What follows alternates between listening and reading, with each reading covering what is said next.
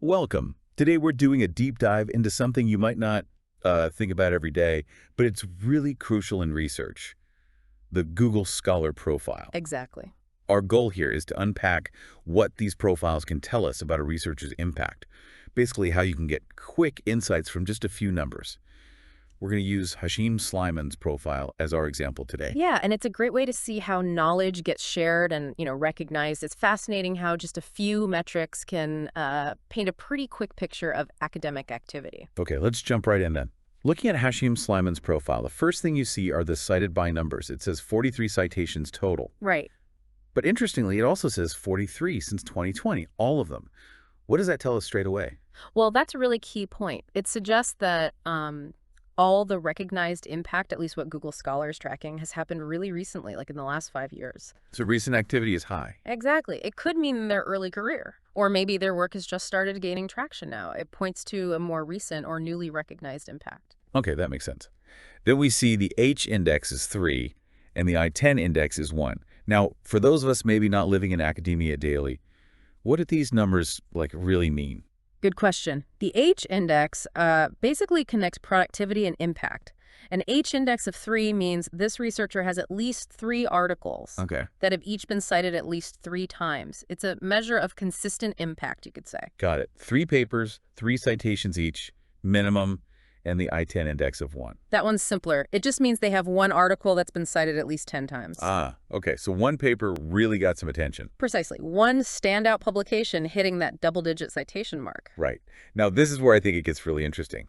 The citations per year graph. It shows a bit of a pattern. Yeah, those graphs can be revealing. It shows, let's see, 2 citations in 2020, then it jumps to 8 in 2021, stays at 8 in 2022, hits 10 in 2023. Nice upward trend there initially. Yeah, but then a dip to 5 in 2024, but then back up to a projected 10 for 2025. Right. What can we sort of infer from that trajectory, especially that projection? Well, the fluctuations show, the natural ebb and flow, but the strong recent years, 2023, and the projection for 2025 suggest a definite recent presence. So the dip isn't necessarily a bad sign. Not necessarily. It could be timing of publications or just noise. But the overall picture, especially with that projection, points towards increasing recognition in the last few years. Maybe some key publications are really gaining traction. Okay, let's shift focus slightly.